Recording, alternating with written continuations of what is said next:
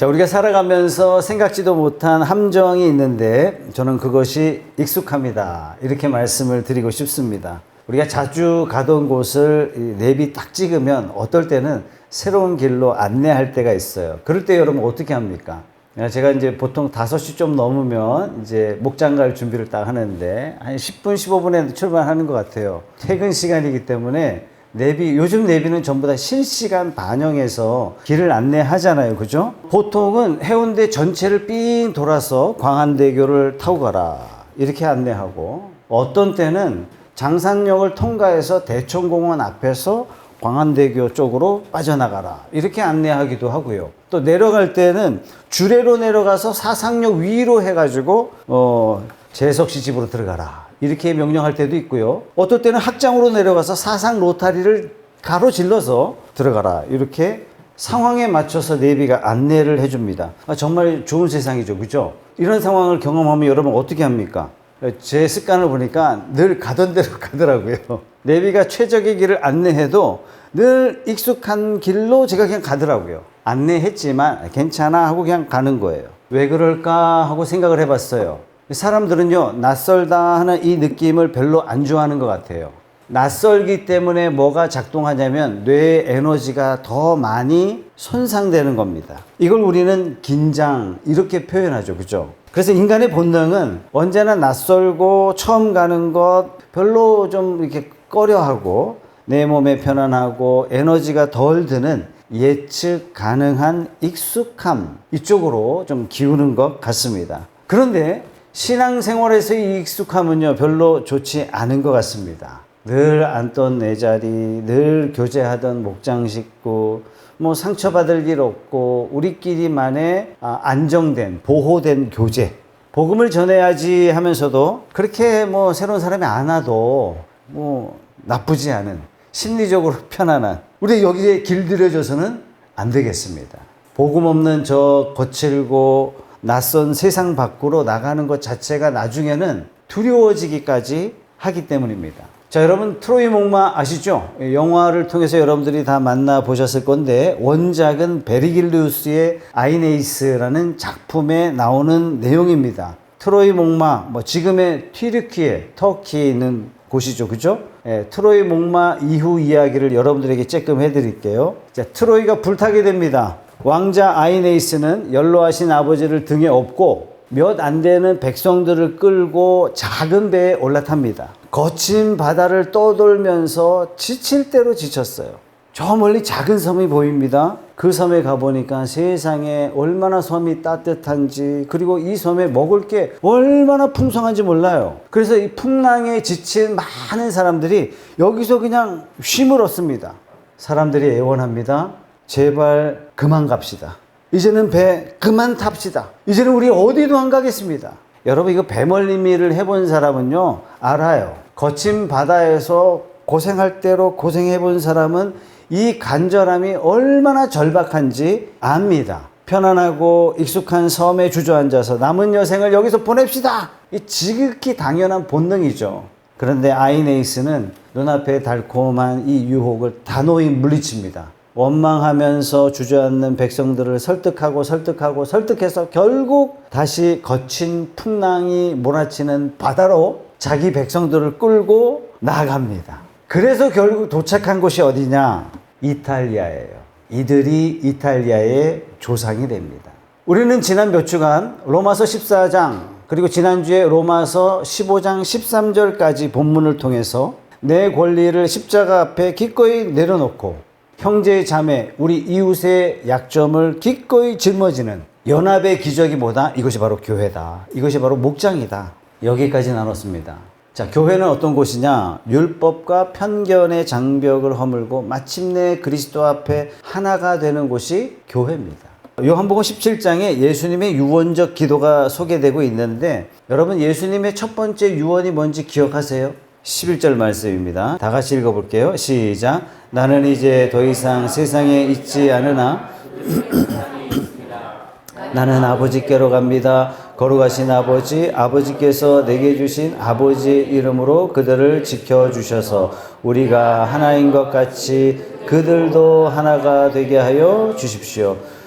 예수님의 소원이 뭐라고요? 예수님의 가장 강력한 첫 번째 소원은 뭐냐? 우리가 하나가 되게 된 것처럼 저들도 하나가 되게 해 주시옵소서. 왜 이런 유언을 남기셨느냐? 예배당이라는 섬 안에 우리끼리 손잡고 천국이 따로 없네 하면서 평생 안락한 자리에 머물라, 이런 뜻이 아닙니다. 하나가 되는 궁극적인 목적이 세 번째 유언에 나옵니다. 21절 말씀이 세 번째 유언인데 여러분 잘 들어보시면서 이 유언의 뜻이 뭔지 한번 보세요. 아버지께서 내 안에 계시고 내가 아버지 안에 있는 것과 같이 그들도 하나가 되어서 우리 안에 있게 하여 주십시오. 그래서 아버지께서 나를 보내셨다는 것을 세상이 믿게 하여 주십시오.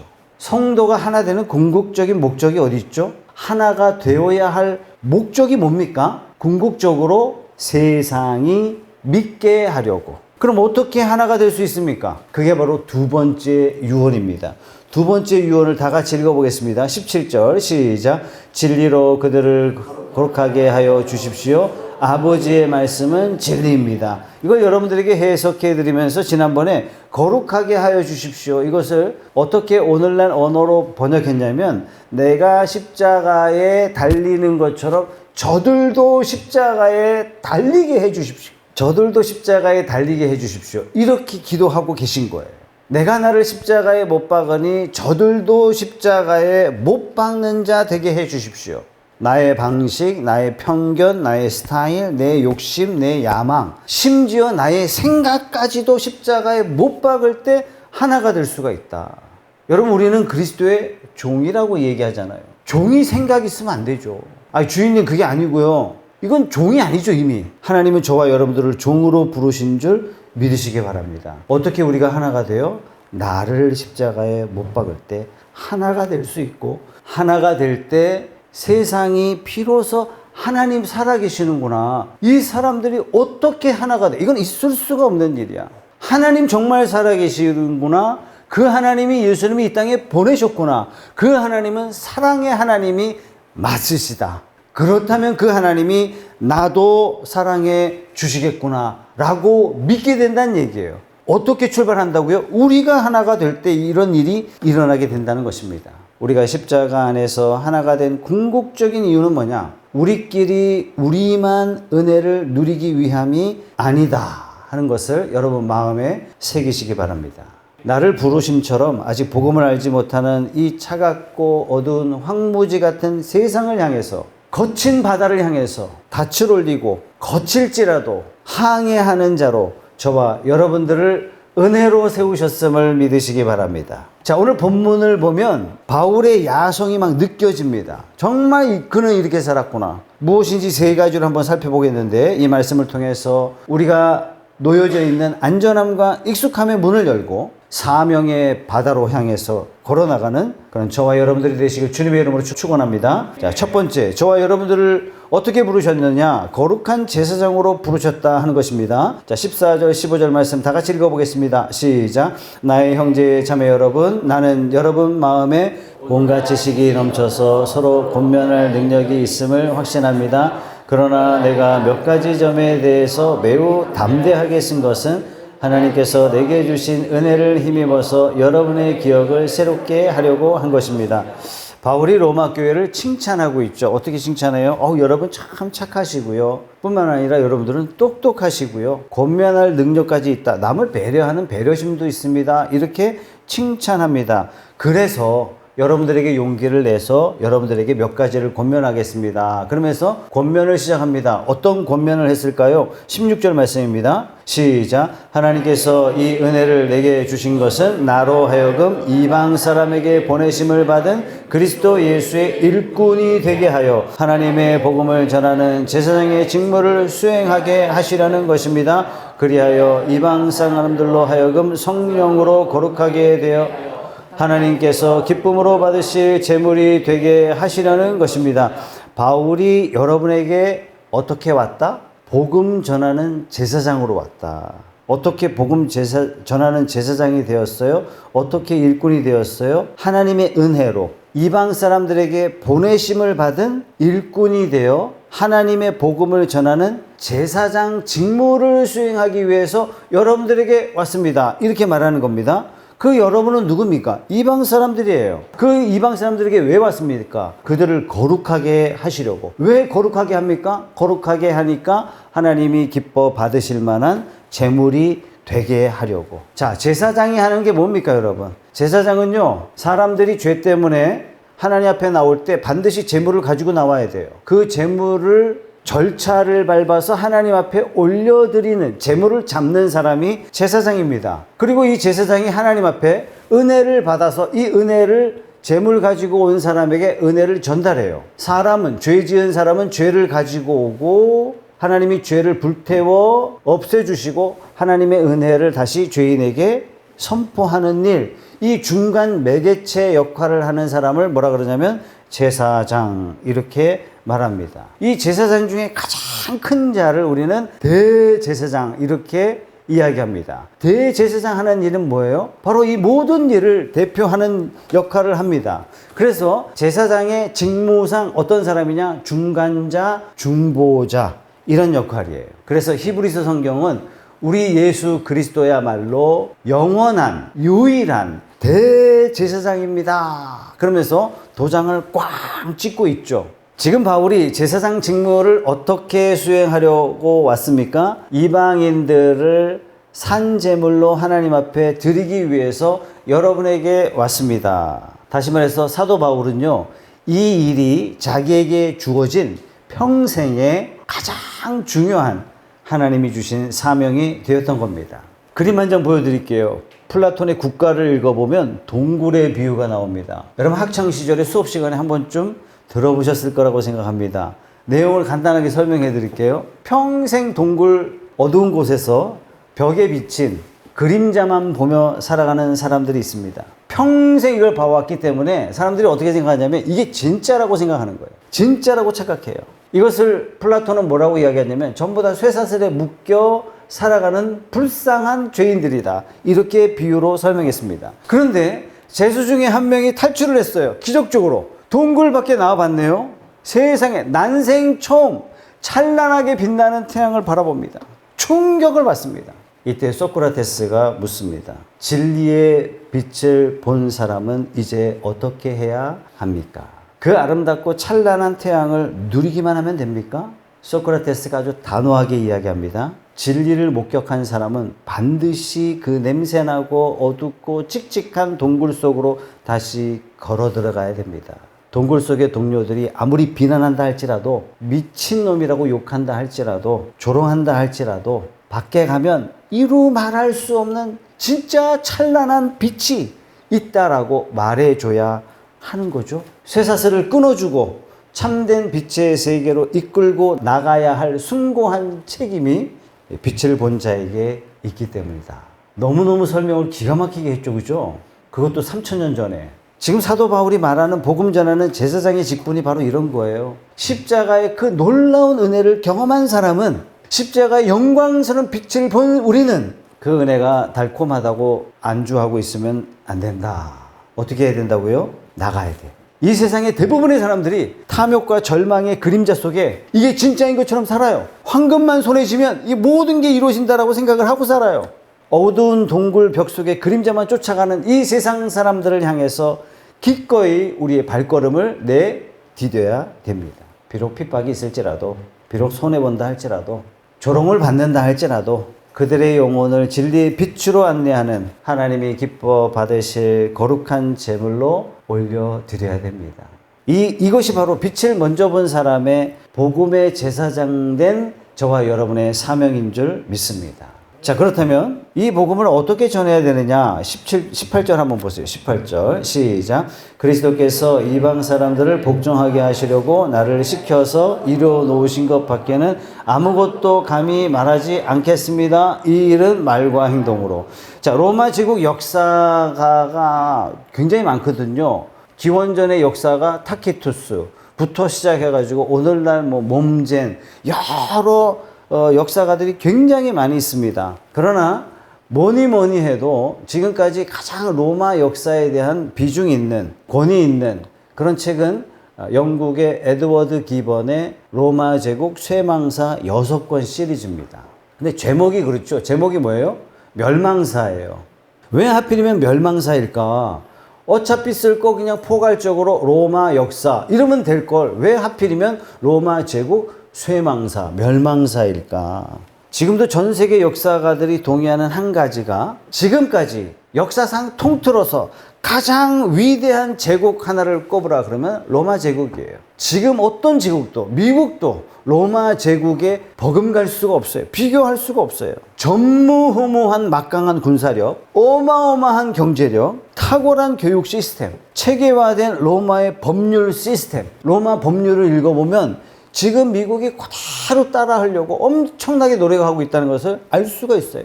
이토록 민주적인 시스템이 있었을까 싶을 정도예요. 그런데 이 로마가 왜 무너졌습니까? 이게 화두인 거예요. 그래서 로마 제국 쇠망사인데 한마디로 영적 교만과 도덕적 타락으로 허무하게 막을 내리고 맙니다. 사도 바울도 로마가 가장 찬란할 때 로마 시민권자였거든요. 여러분, 이때 당시에 로마 시민권자의 특권은 정말 대단했습니다. 제국 어디를 가도 막을 수가 없어요. 치해복권이 로마 시민권자는 어마어마한 거예요. 모든 지역의 사형과 극형으로부터 면제받을 특권이 있습니다. 뿐만 아니라 세금이 면제예요. 기가 막히죠, 그죠? 모든 징집, 군대 징집으로부터 자유해요. 안 끌려가도 돼요. 군대 들어가면 그냥 장교부터 시작하는 거예요. 더더군다나 사도 바울은 어떤 사람이냐?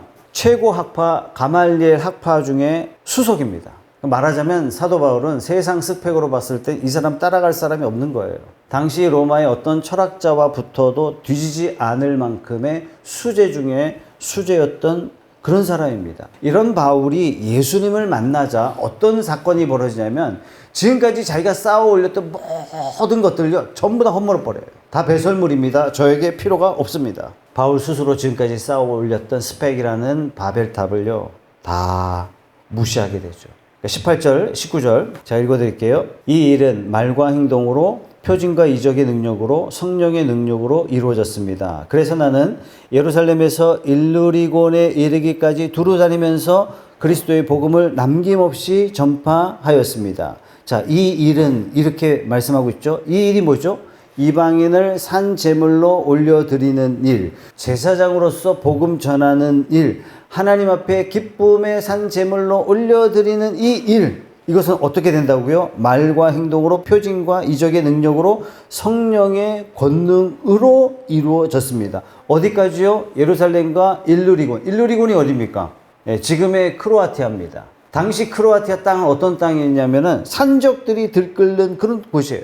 거기 갔다가 살아나오는 사람이 아무도 없는 거예요. 이렇게 이런 위험한 일임에도 불구하고 감수하고 하게 된 이것은 내가 말을 잘해서가 아닙니다. 이렇게 얘기하는 거예요. 지금까지 내가 가지고 있는 스펙, 논리 이게 아닙니다. 뭐 때문에 이루어졌다고요? 오직 성령의 권능만이 이 일을 가능케 했습니다. 라고 고백하고 있는 겁니다. 그러면서 자신의 스펙을요 철저하게 삭제합니다. 여러분, 복음 전하는 것은 내 능력이 아닌 줄 믿으시기 바랍니다.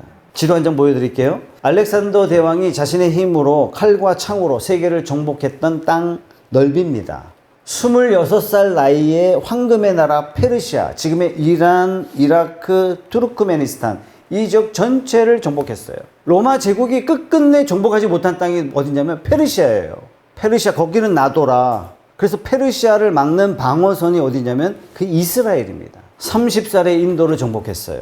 인도를 정복한 다음에 이것이 땅끝인 줄 알고 알렉산더 대왕이 이렇게 이야기합니다. 더 이상 정복할 땅이 없다. 그러면서 허무의 눈물을 흘렸다 합니다.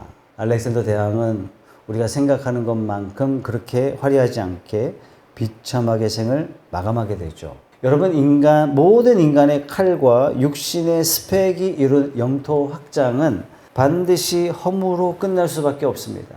반면에 성령의 권능으로 전하는 복음의 확장은 완전히 달라요. 내 능력을 부인하고 성령의 권능을 힘입을 때 복음은 예루살렘을 넘어서 산적들의 땅 일루리곤까지 갈 뿐만 아니라 제국의 심장 로마까지 복음이 전파되고 로마를 지나서 바울이 그토록 가고 싶었던 땅끝, 거기가 어디예요? 스페인입니다. 스페인. 스페인까지 무한히 복음이 확장되어 수많은 영혼을 살리는 놀라운 역사가 일어난 줄 믿으시기 바랍니다. 우리는 가끔 이런 변명을 하죠. 아유, 그래도 제가 저 사람처럼 말을 좀 잘한다면 나도 전도할 텐데. 정말 그럴까요?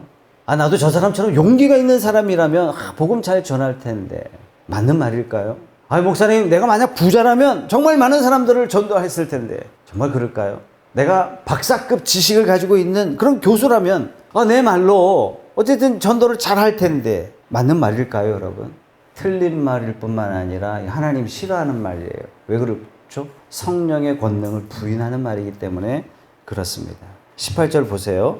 18절 중반절에 나를 시켜서 이루어 놓으신 것 밖에는 아무것도 감히 말하지 않겠습니다. 뭘 전하는 거예요? 하나님이 나를 통해서 역사하신 것만 전하겠습니다. 이겁니다, 여러분. 복음 전할 때 세상 지식을 좀 첨가하고 그러면 복음이 더 잘 전해질까요? 그러면 안 된다는 얘기예요. 그럼 막 사람들이 믿을 것 같죠? 속으로 그래요. 그래서 뭘 어쩌라고. 효과적이지 않습니다. 어떻게 해요? 나를 시켜서 이루어 놓은 것. 나를 시켰으니까 내가 할 일은 뭐예요? 복종과 순종이에요. 복종과 순종. 복종했더니 순종했더니 놀라운 일을 체험합니다. 그거 전하면 된다는 얘기예요. 성경 읽으라 해서 읽었더니 하나님이 놀라운 은혜를 주셔서 그거 전하면 돼요. 기도하라고 해서 기도했더니 하나님이 응답 주신 거 그거 그냥 전하면 되는 거예요. 모이라고 해서 모였더니 하나님이 주신 그 은혜, 그 체험한 것들, 그 기적들 그거 전하면 되는 거예요. 더 이상 하지 말란 얘기예요. 내가 체험한 기적만이 능력이 되는 줄 믿으시기 바랍니다. 내 실력을 지우고 내 지식을 지우고 내 안에서 일하는 성령의 능력에 철저하게 지배당할 때 하나님은 우리를 거친 세상 이 한복판에서 예수 그리스도의 찬란한 생명의 능력을 무한히 넓혀 가실 것을 믿으시기 바랍니다. 자, 첫 번째가 뭐라고요? 복음의 제사장으로서 세상 한복판으로 우리는 뚜벅뚜벅 걸어가야 합니다. 두 번째는요, 내 스펙을 지우고 성령의 권능으로 복음의 지평을 넓혀가야 됩니다. 마지막 세 번째, 거룩한 야성을 가져야 됩니다. 20절입니다. 시작. 나는 이와 같이 그리스도의 이름이 알려진 곳 말고 알려지지 않은 곳에서 복음을 전하는 것을 명예로 삼았습니다. 나는 남이 닦아놓은 터 위에다가 집을 짓지 않으려 하였습니다. 이미 복음이 전해진 곳, 이미 교회가 세워진 곳, 바울이 가면 어땠을까요? 이미 믿는 자들이 있기 때문에 대접 잘 받았겠죠. 그죠? 왜? 이미 믿는 사람들은 전도자들이 어떤 고생을 하고 있는지, 뭐 때문에 왔는지 알기 때문에 우호적으로 그들을 섬겼겠죠. 그죠? 아무래도 편했겠죠. 그죠? 예. 이미 복음이 전해진 곳에 가면 아무래도 안전하죠. 자리 잡기는 편했겠지만 바울이 이것을 단호히 거부했다. 이렇게 말씀하고 있습니다. 대신에 한 번도 복음이 전해지지 않은 곳, 거친 황무지 같은 곳, 아무도 가지 않으려 하는 곳, 아무래도 반대가 심하겠죠. 그죠? 박해와 핍박이 심하겠죠. 그죠? 예, 바울이 간 일루리고는 어떤 곳이라고요?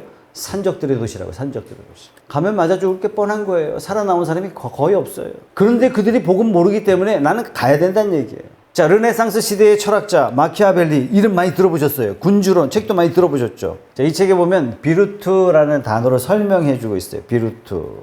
마키아벨리가 뭐라 그러냐면은 지도자는 모름지기 비루투 돼야 됩니다. 그러면서 비루투 개념을 어떻게 설명하고 있냐면 우연한 행운이나 어떤 안락함이나 뭐 자손 대대로 물려받은 재산이나 여기에 평안함으로 안주하지 마시고 비루투 해야 됩니다. 비루투는 뭐냐? 거친 운명의 파도를 가르고 초인적인 용기와 강인한 의지로 뚫고 나가서 기필코 새로운 세계를 만들고 마는 주체적인 야성. 이것이 바로 비루투. 그런 차원에서 봤을 때 바울이 어떤 사람이었냐? 바로 이 비루투예요. 비루투. 십자가의 보혈로 산적들이 들끓는 그곳에 복음 들고 혈혈 단신 아무도 없는 곳에 이 영적 비루투로 십자가를 꽂고 말았습니다. 예수 이름이 없는 황무지라면 기꺼이 그 땅을 점령하고 십자가를 꽂겠다는 이 거룩한 개척자의 정신, 비루투의 마음을 사도 바울이 가졌던 거예요. 그래서 바울이 맞아 죽는 한이 있어도 나는 땅끝까지 가야 됩니다. 결국은 스페인까지 가서 복음을 전하고 돌아오죠. 오늘 주님께서는 우리에게 도전하십니다. 이 안전한 안주지대를 벗어나서 우리가 달려가야 할 십자가를 꽂아야 할 스페인, 서바나, 거기는 어딥니까? 여러분 멀리 있지 않습니다. 복음의 진리를 완강하게 거부하는 우리 가정이 바로 눈물로 기경해야 할 스페인입니다. 정직과 진실 대신에 편법과 수단과 방법 가리지 않고 치열한 생존 경쟁과 세속적 가치관으로 판을 치고 있는 우리의 일터가 바울이 말했던 거친 황무지죠. 이번 주 여러분들이 만날 이웃이 바로 거룩한 땅입니다. 상처 입은 영혼들을 여러분들이 만나게 된다면 여러분들이 개척해야 할 거룩한 땅입니다. 동굴 밖을 나가지 않으려는 영적 태만을 끊읍시다. 세상으로 나갈 때 나의 경험과 인맥이라는 세상의 스펙을 과감하게 내려놓읍시다. 오직 내 안에 일하시는 성령의 폭발적인 권능을 믿고 삶의 현장으로 담대히 뛰어들어갑시다. 우리가 만난 황무지를 하나님께서 개간하시는 또 거룩한 예배 처소로 바꿔가시는 복음의 개척자가 다 되시길 주님의 이름으로 축원합니다. 하나님께서 푸른숲 교회에 너무나 좋은 안식처를 주셨습니다. 예배당을 허락해 주셨습니다. 노아 방주처럼 숨어 지내라고 주신 게 아니라고 저는 확신합니다. 죄악으로 죽어가고 있는 이 세상을 향해서 너희는 돌진하라. 영적 야전 병원으로 저와 여러분들에게 이 교회를 주신 줄 믿습니다. 아이네이스가 만약에 거친 바다를 포기했더라면, 안락의 유혹에, 안락의 섬이라는 그 유혹에 빠져 있었더라면 아마 인류 역사를 뒤바꿨던 로마 제국은 존재하지 않았을 것입니다. 이번 주 하나님께서 여러분들에게 사람을 보내주실 겁니다. 십자가의 야성을 품고 전진하십시오. 물러서지 마십시오. 여러분들에게 행하신 일을 담대히 전하세요. 더하지도 빼지도 마시고 내가 경험한 하나님만 전하십시오. 여러분, 이게 간증입니다. 성령의 놀라운 능력으로 여러분이 만나는 사람마다 영혼이 살아 숨쉬는 기적이 일어나길 주님의 이름으로 축원합니다.